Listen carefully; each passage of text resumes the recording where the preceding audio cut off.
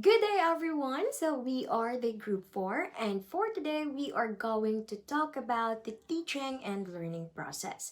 So, I know that you guys already have a prior background or a prior knowledge about what is teaching and what is learning. So, for today, we are going to correlate the two of them. Before anything else, let me first ask you a question. So, the question is, what do you think happens when a teacher teaches something to a student? Or what do you think happens when a learner learns something from the teacher? So, there is a process. There is a process. So, therefore, that is why we come up with the teaching and learning process. So, what is the teaching and learning process? So, the teaching and learning process or the education process is defined as a systematic, sequential, planned course of action in the part of both the teacher and learner to achieve the outcomes of teaching and learning. So, systematic. It means there is a system we follow. So, a sequence or steps. So, it's like there is an order that we should take to contribute in achieving an outcome. So, what truly happens in the teaching and learning process? So, here in this process, there involves an instructor who imparts knowledge and learners who acquire the knowledge being imparted, or it could be in the other way around, but whoever plays the role, as long as there is an imparting and acquiring of knowledge, that is therefore where the teaching and the learning process takes place. So there is the teaching, and at the same time there is the learning. So we have mentioned here in the definition that we achieve an outcome. So what is the outcome of the teaching and learning process? So the outcome is the knowledge we gain or the skills we gain in different areas, which can be measured when we can determine that the learner is able to apply the learnings in real life situations. These are the significance of teaching learning process. Knowledge transfer. Transferring knowledge and information from teachers to students is the main goal of education. The development of new knowledge, competencies, and abilities depends on this process. Skills development. In addition to imparting information, the teaching learning process supports the evolution of a variety of skills, including critical thinking, problem solving, communication, and research abilities, all of which are essential to both personal and professional development. So, personal growth. Education promotes personal development in addition to intellectual achievements. It aids in the formation of learners' morals, values, and self worth. Additionally, it can also promote curiosity and inventiveness. Societal advancement. In order for civilization to grow, education is essential. Remember, guys, education is essential. A nation's economic, social, and cultural growth is more likely to be influenced that has received an education. We also have here problem solving. People can develop their analytical and problem solving skills through school. This is crucial for solving complicated society concerns as well as for personal achievement. Personal empowerment. By giving people the skills and information They need to make wise decisions about their life, health, and well being. Education empowers people. Lifelong learning. The process of teaching and learning also foster curiosity and importance of lifelong learning. A world that is changing quickly requires people to be able to adapt and learn new things all the time. The process of teaching and learning is important because it is not only spreads information but also molds people, culture, and the whole planet. It is the basis for societal improvement, individual growth, and the evolution of civilization. So now let's proceed to knowing why it is important to understand the teaching and the learning process. So it is important to understand the teaching and learning process because it will allow us to differentiate instructions, which is also really important because it is where we can assess the learners with the appropriate approaches that suit them. So we need to know whether or not the pedagogy we are using in the teaching and learning process helps them acquire the desired outcome in the course of learning. And it is also because knowing and understanding the teaching and learning process will allow us to engage, motivate, and teach all the learners at optimal level. So when we say optimal level, it is in the best possible way that they can achieve our objectives and as well as, or most importantly, their objectives in the teaching and learning process or the education process. So, after knowing the definition of teaching and learning, as well as the definition of the teaching learning process, we will now identify the essential components of the teaching learning process. So, now we have here the components of the teaching learning process. We have the teacher, the student, the content, the instruction, assessment, feedback, learning environment, and the learning objectives, as well as the curriculum. Now, these components are very necessary in the teaching learning process. Like all of it jud are very important and dapat walay mawala nga naman. So the teaching and learning involves the process of transferring knowledge from the one who is giving, which is the teacher, to the one who is receiving, which is the learners. So, with that, the teaching and learning process cannot be performed if there is one element that is missing, because all of these components are necessary to be able to make the teaching and learning possible. So, mahimo ba ang teaching and learning process kung walay teacher, kung walay students, and all of these components? Diba dili? So, without one of these components, there could be no real teaching or learning process that will exist. Hence, it is so important that the presence of these components is present in the process of teaching, considering that all of them play an important role in the system. So now we'll first start with the first identified component in the teaching learning process, which is the teacher, with Mr. Nino Mark Nilandan. Take it away, Mark. There is no teaching learning process if there is no teacher. So teacher is an important role in facilitating the learning process of the students because they create an environment that encourages and supports students as they explore, discover, and construct knowledge. This role involves guiding students' inquiries or questions, providing resources, and fostering critical thinking. Moreover, teachers design lessons. So teachers meticulously plan lessons. They decide on what content to cover and how to implement it inside the classroom.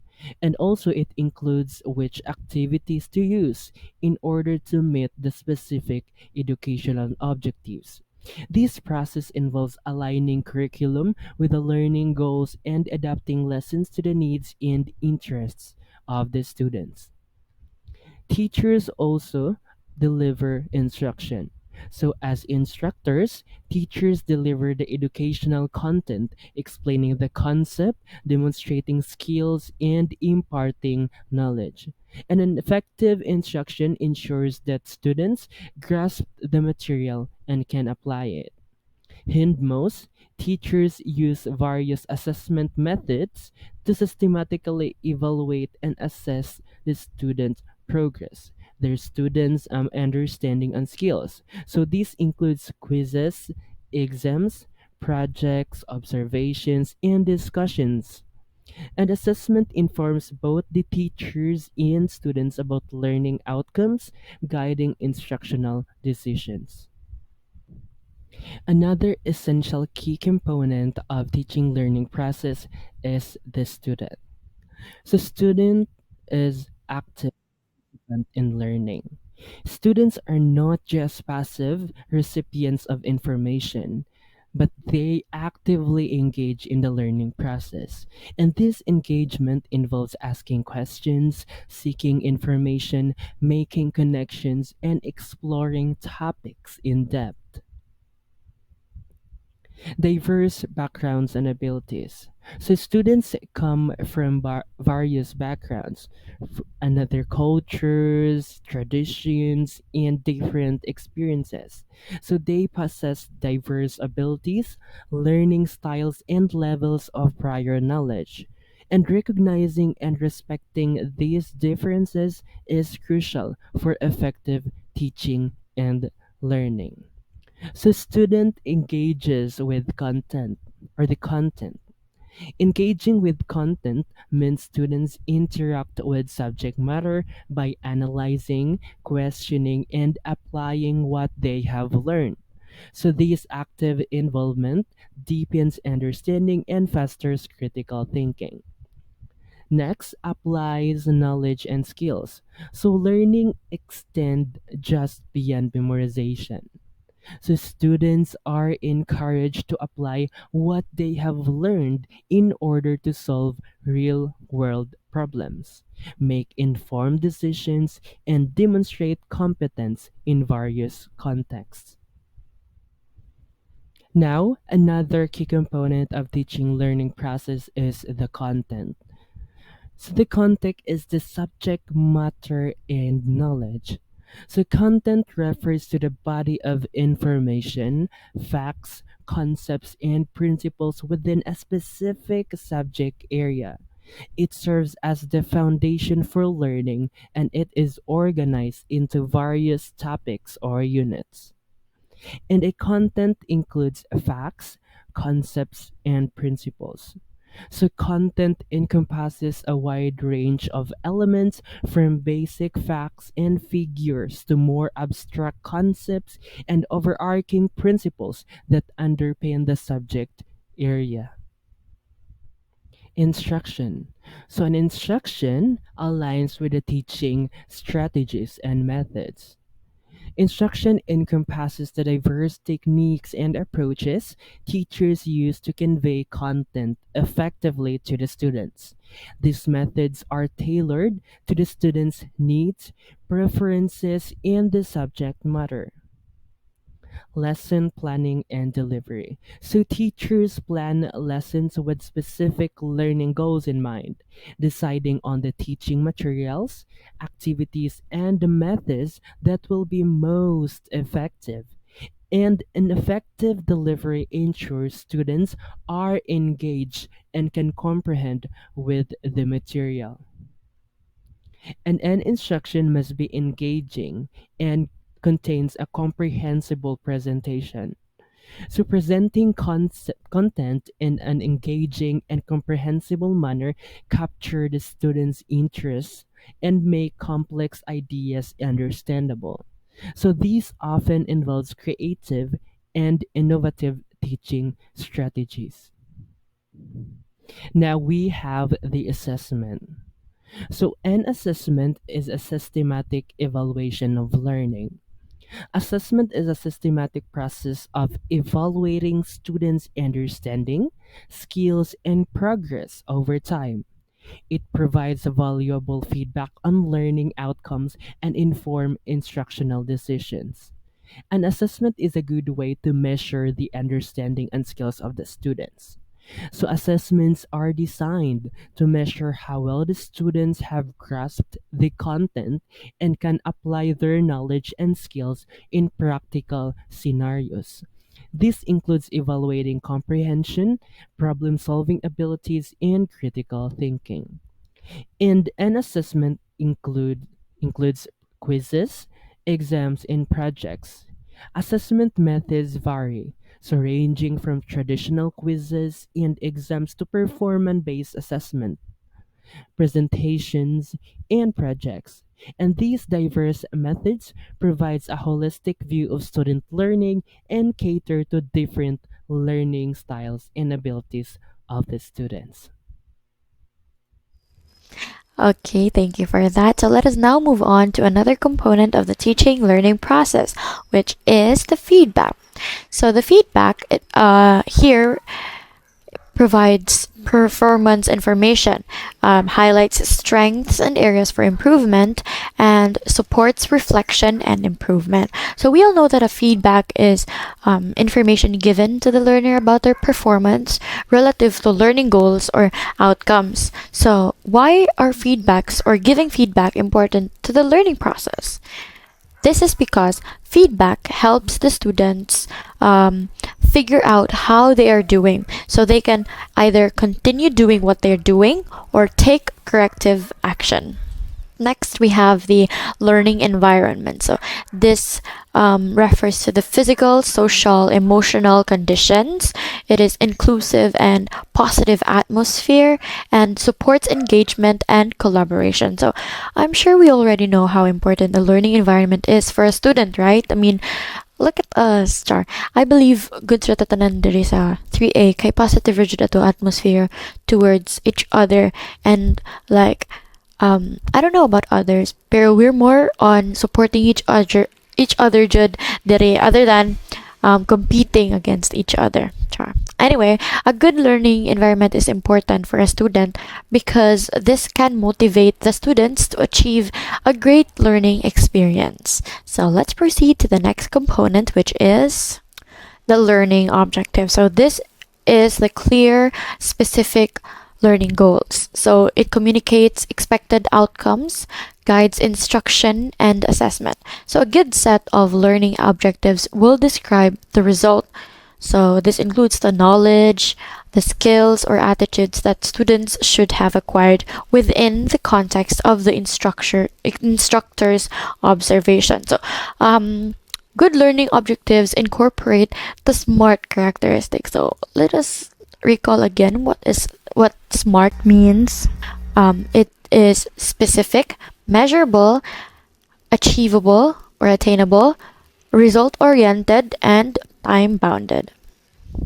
Okay, so next is the curriculum. So, structured educational plan outlines what, when, and how to teach, ensures alignment with educational goals. So, quick recall lang from our discussion sa Eduk 10, if you can still remember, the curriculum has 7 different types. So, the recommended curriculum, the written curriculum, taught curriculum, supported curriculum, assessed curriculum, learned curriculum, and the hidden and implicit curriculum. So, the curriculum, as we all know, is very important because it contains the structure of the lesson. So, of course, it is only up to us, the teachers, on how we will incorporate this educational plan to implement it in our classes creatively and appropriately for each set of students. So, in conclusion, there are 9 key components of the teaching learning process, which are very necessary to be able to make teaching and learning possible. These are the teacher, the student, the content, the instruction, the assessment, the feedback, the learning environment, and learning objectives, and the curriculum. So let us now proceed with the roles of teachers and students in the process. Take it away, Miss Pino. Okay, so now we will be tackling the roles of teachers and students in the process of teaching and learning. So, what could be these roles? So, we have here four roles in teachers and also in students.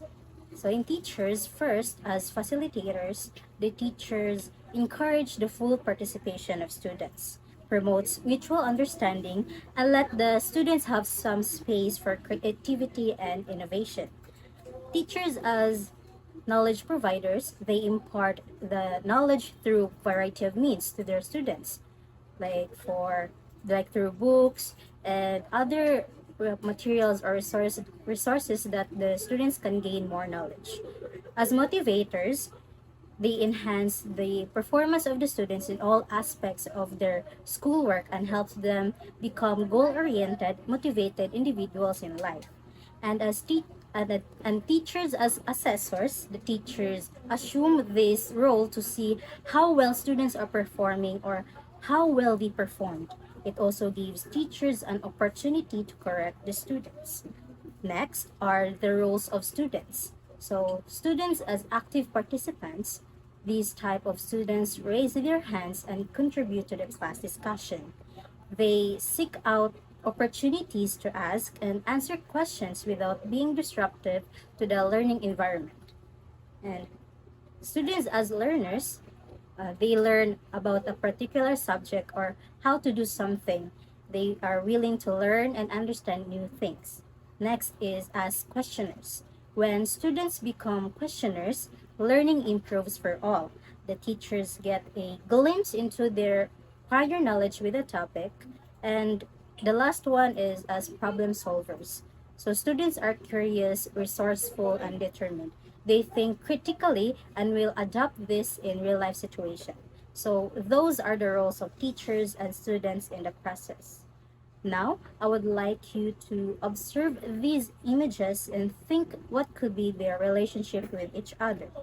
So, before we answer that question, let's see what are these pictures all about. So in image one, the person is imparting her knowledge to the students. And in image two, the students has a lot of questions in their minds and having a lot of ideas. Next, in image three, we can say that a teacher is encouraging, motivating, or helping the student about a certain topic. And lastly, the fourth image, this depicts students as learners and being active participants during these class discussions. So overall, these images illustrates the roles of teachers and students in the process of teaching and learning. But what could be their relationship with each other? So their relationship with each other is that it shows how important it is to have a good communication between teachers and students. Good communication skills can help you build strong working relationships, resolve conflict, and increase productivity. In today's fast paced society, teachers must exhibit leadership skills and positive behavior to ensure that students stay focused. The better the teacher's communication skills, the more effectively she can perform her roles. So, in return, her students will make more academic progress. And that's it for the roles of teachers and students in teaching and learning process. Now, let's hear from Therese, Bridget, and Nicole for the teaching method and learning strategies. Now we are going to discuss about the teaching methods and learning strategies. So we have here the first one, which is the lecture-based teaching. This one is a traditional method where the instructor presents information to students through spoken discourse. So this is a traditional didactic pedagogy centered on the teachers, with classroom teaching as the main purpose and the knowledge imparting as the goal. So this one is just a common classroom setup where the teachers are the source of the information and the students learn from them. And the next one will be the collaborative learning. So collaborative learning promotes active participation and interaction between students. So in this one, collaborative learning is also an umbrella term for a variety of educational approaches involving joint intellectual effort by students or students and teachers together. Usually, students working in groups of two or more, mutually searching for understanding, solutions, or meanings, or creating a product. So in this one, learning is collaborative rather. And this is not just a linear like way sa paglearn kay the teacher can learn from the students and the students can learn from the teachers. So like it is a vice versa process na um, one learns from the other. So, problem based learning or PBL and experiential learning are also one of the learning strategies or the teaching method. But, first class, what is problem based learning or PBL? So, for your information, PBL is a student centered approach where students actively engage with the real life problems.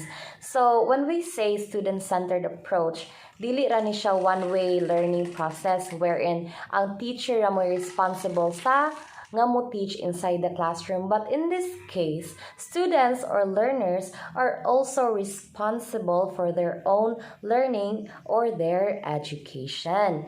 So, problem based learning or PBL is designed to foster critical thinking skills, analysis, problem solving abilities, collaboration, and the application of knowledge to the real world context. Kay ani nga part sa nga approach kay nag-allow ni siya sa students nga mo solve sa tanang situations or problems nga ma-face nila sa ilahang daily lives. Okay, class, up next is experiential learning. So, what is experiential learning kaya? Okay, so ang experiential learning emphasizes learning through direct experience and own reflection from the students or the learners. So when we say experiential learning, diri na to makita ang mga estudyante nga mas maka-learn sila or the learners can learn immediately or effectively if they experience it on hand, like experiments, hands-on activities, mas dira mo sink in sa mga learners ang ilahang lesson nga ilahang gisadian if sila mismo naka-experience. 'Di ba we have common phrase nga or famous phrase nga experience is the best teacher. And mismo ako makasay ko anak kay maybe under ko sa experiential learning kay even I mas maka-learn jud ko if I can acquainted ko ani nga butang or na-experience na ninako. So ani nga approach dili din nato makita nga naa jud mga students nga mas maka-learn jud sila if sila mismo ang naka-experience. A flipped classroom consists of students completing direct instruction such as viewing a lecture online prior to the in-class discussion of the material. The intent is for students to see the material beforehand, also known as first exposure learning, so they can learn the concepts at their own pace. By doing so, students are better able to focus on participating in class and receive feedback on their effort during the lesson, not just after. Teachers that utilize a flipped classroom model are better able to help their students engage in active learning. Students become much more involved during the lesson discussion with the flipped classroom style of instruction by engaging in debates, small group discussions, or in-depth investigations. In essence, a flipped class switches the activities traditionally done in class with those completed after class. Active learning refers to a broad range of teaching strategies which engage students as active participants in their learning during class time with their instructor. Typically, these strategies involve some amount of students working together during class, but may also involve individual work and/or reflection. These teaching approaches range from short, simple activities like journal writing, problem solving, and paired discussions to longer, involved activities or pedagogical frameworks like case studies, role plays, and structured team-based learning. In a traditional class, it is common for only some students in a given course to participate in asking or responding to questions. In contrast, a class with successful active learning activities provide an opportunity for all students in a class to think and engage with course material and practice skills for learning, applying, synthesizing, or summarizing that material.